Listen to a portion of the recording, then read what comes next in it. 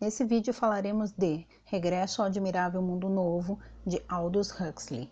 O regresso, ao contrário do que o título sugere, não é uma continuação de O Admirável Mundo Novo, distopia publicada em 1932, onde o escritor inglês apresenta uma sociedade administrada, na qual o critério de civilidade é a ausência de liberdade, a submissão, a anulação da biologia, a modificação antropológica com comportamentos programados.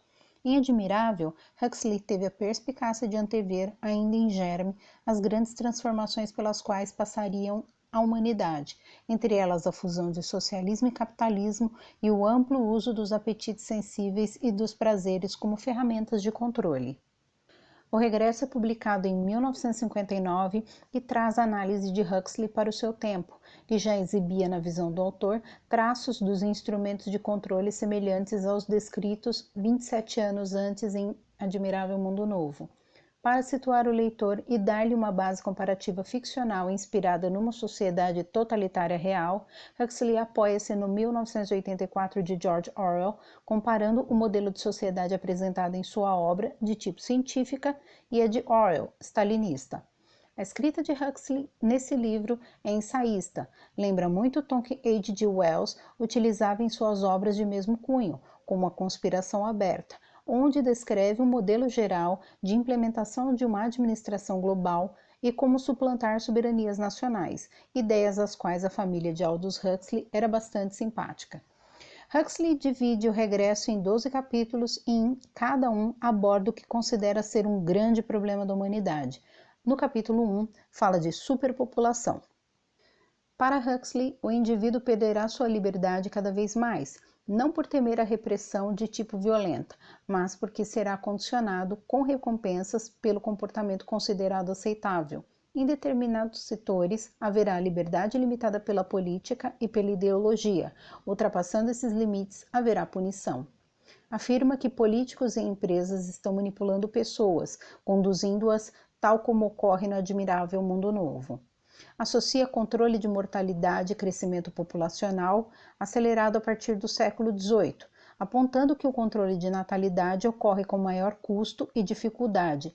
Huxley é a favor do controle populacional com base na teoria malthusiana. Defende a tese de que o aumento de população em países pobres, onde a educação é insuficiente, há escassez de recursos tecnológicos e de mão de obra qualificada, gerando crises econômicas que, para serem debeladas, levam à concentração e aumento de poder pelo governo central, e adiante à ditadura. Huxley pontifica que em 20 anos todos os países subdesenvolvidos e superpopulosos estarão sob domínio totalitário, provavelmente comunista.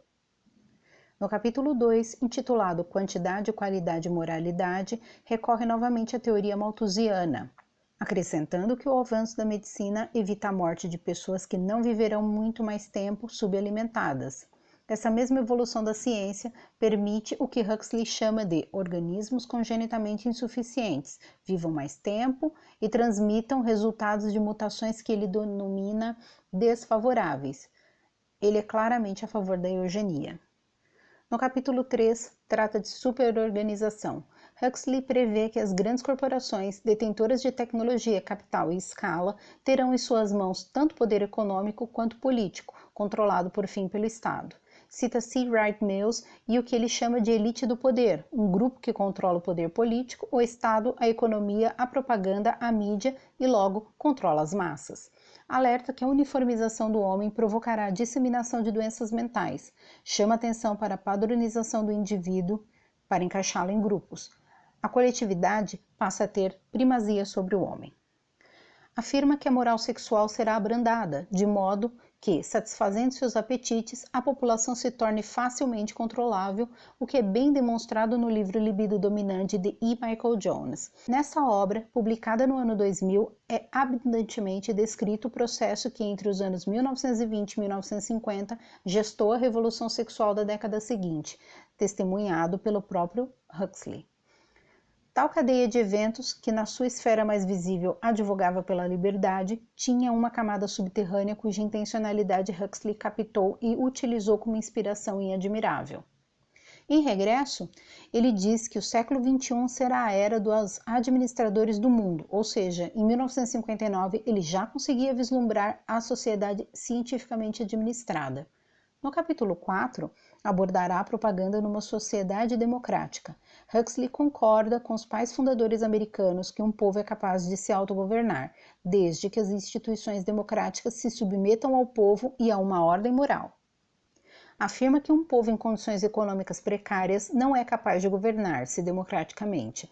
Para ele, o liberalismo prospera num ambiente em que há progresso e declina quando o declínio da prosperidade exige a intervenção do governo. Ele pontua que a superpopulação e a superorganização são condições que favorecem a essa intervenção. Aponta que no futuro imediato a coerção não será de tipo violenta, mas psicológica e através de propaganda, manipulando impulsos cegos, desejos, paixões e medos, apelando às emoções e não à razão, de maneira não racional e camuflando sua real motivação e interesse. Reconhece que a comunicação de massa é um poder. Com a concentração do comunicar em poucos grupos de interesse, isto é, a elite do poder, naturalmente haverá censura. A abundância de entretenimento através de periódicos, rádio e TV é empregada pelo poder sobre a massa para distraí-la, obstar sua atenção à realidade da situação social e política. Para Huxley, o excesso de diversão é uma ameaça à liberdade. No capítulo 5, falará da propaganda sob uma ditadura. Menciona o condicionamento de subalternos nas ditaduras russa e chinesa, que além de usar a tecnologia na comunicação, trabalha diretamente nos organismos psicofísicos dos subordinados mais inferiores, submetendo corpos e espíritos a um sistema de moderação inflexível e, sob todos os aspectos, altamente eficiente. Huxley comenta que desde os tempos de Hitler vem acontecendo avanços nos campos da psicologia e da neurologia aplicada e suas descobertas estão a serviço da propaganda, da doutrinação e da lavagem cerebral. Afirma que o papel do propagandista é acessar os instintos e emoções do público ou das massas, inspirá-las para então impulsioná-las à ação.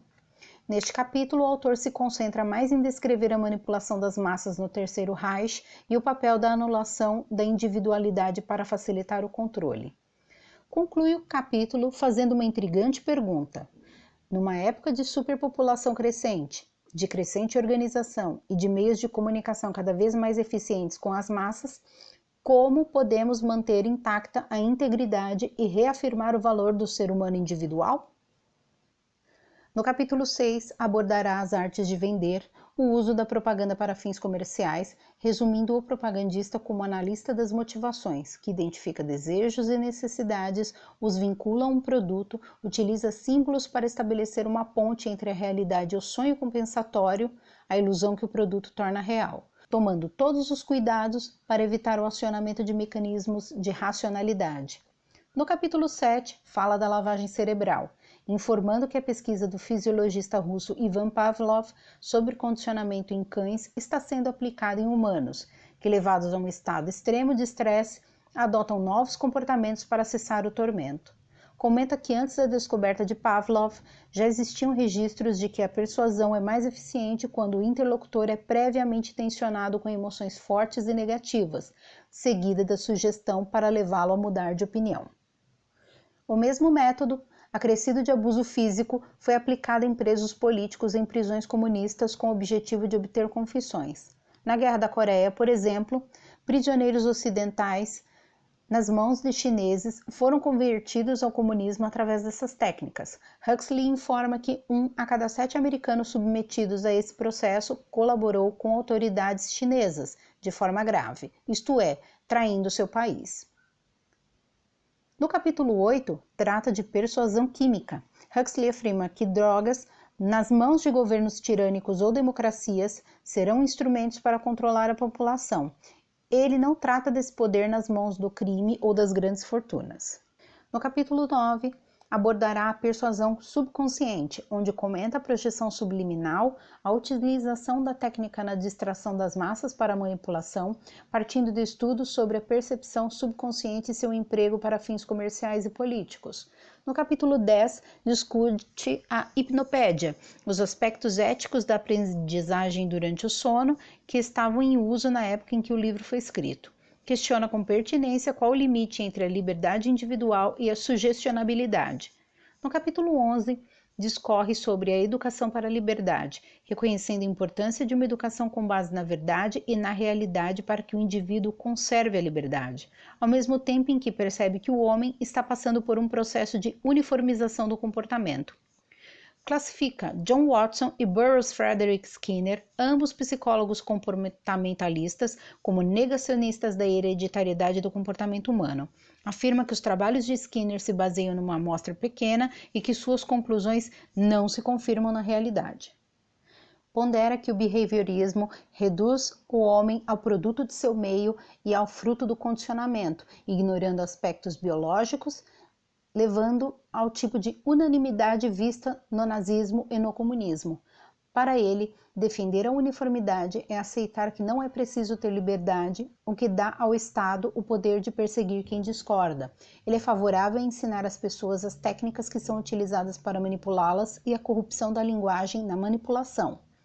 Ao longo desse capítulo, vemos Huxley demonstrando especial apreço pela ética da liberdade, que o indivíduo só se sustenta na educação e na moral. Conclui o livro em seu 12º capítulo perguntando ao leitor: o que devemos fazer? A resposta de Huxley está na urgente educação do indivíduo para a liberdade, assim como uma organização social para a liberdade, uma legislação para a liberdade e a limitação de nascimentos, o que nesse ponto contradiz a liberdade individual que ele tanto preza. Talvez tenha faltado a Huxley refletir que para controlar a natalidade de populações demandaria uma transferência de poder gigantesca a poucas mãos. Adiante, Huxley pondera que a pessoa psicologicamente manipulada não tem um habeas mentem, acredita que age com liberdade e só os outros que enxergam sua servidão. Conclui o livro afirmando que o nível de conforto a que uma sociedade está exposta é determinante para que o indivíduo não se queixe de falta de liberdade individual, um problema atualíssimo para nós nesses tempos tão digitais. Com a internet, os fenômenos que ele descreve se disseminaram de tal forma que ser indivíduo, escolher diferente, recusar encerrar-se em bolhas cognitivas e ideológicas é ofensa gravíssima, onde o cancelamento e a censura são justiça. Mas as Big Techs nada seriam sem a destruição da inteligência. Enfim, Aldous Huxley nunca foi tão atual. Se você gostou do vídeo, curta e compartilhe. Até breve!